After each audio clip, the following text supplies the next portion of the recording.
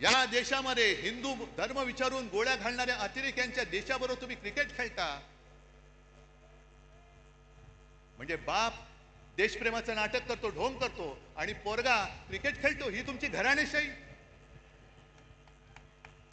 एका बाजूला तुमची नाचलेली कुदलेली सडकी ढोंगी घराणेशाही आणि दुसऱ्या बाजूला आमच्या ठाकरेंची घराण्याची परंपरा, ठाकरेंची घराणेशाही, ज्याचा मला अभिमान आहे.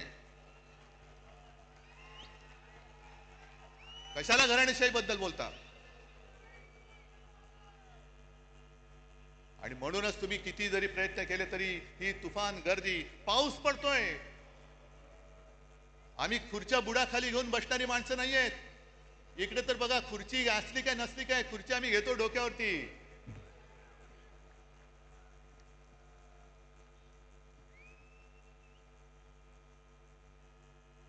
आणि मुंबईच्या बद्दल जर का बोलायचं झालं, कारण आता निवडणुका मागून निवडणुका येणार.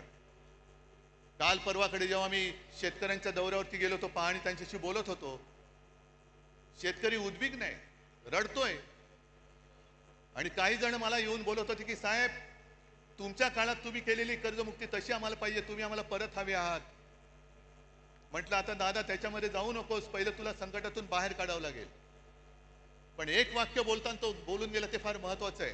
म्हणून मी जी काल मागणी केली लाडक्या बहिणीबाबत, ती त्याच्यासाठी केलेली आहे. निवडणूक आल्यानंतर महिलांच्या अकाउंटमध्ये 1,500 रुपये टाकले गेले.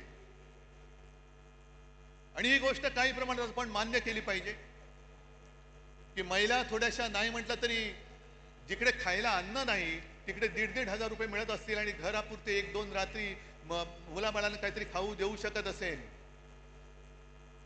तर महिला थोड्याशा नाही म्हटलं तरी अरे हे बरं चाललंय. पण तो शेतकरी बोलला की साहेब, ही भाजपची औलाद आहे ना, ही आता पगारी मतदार तयार करते, पगारी मतदार.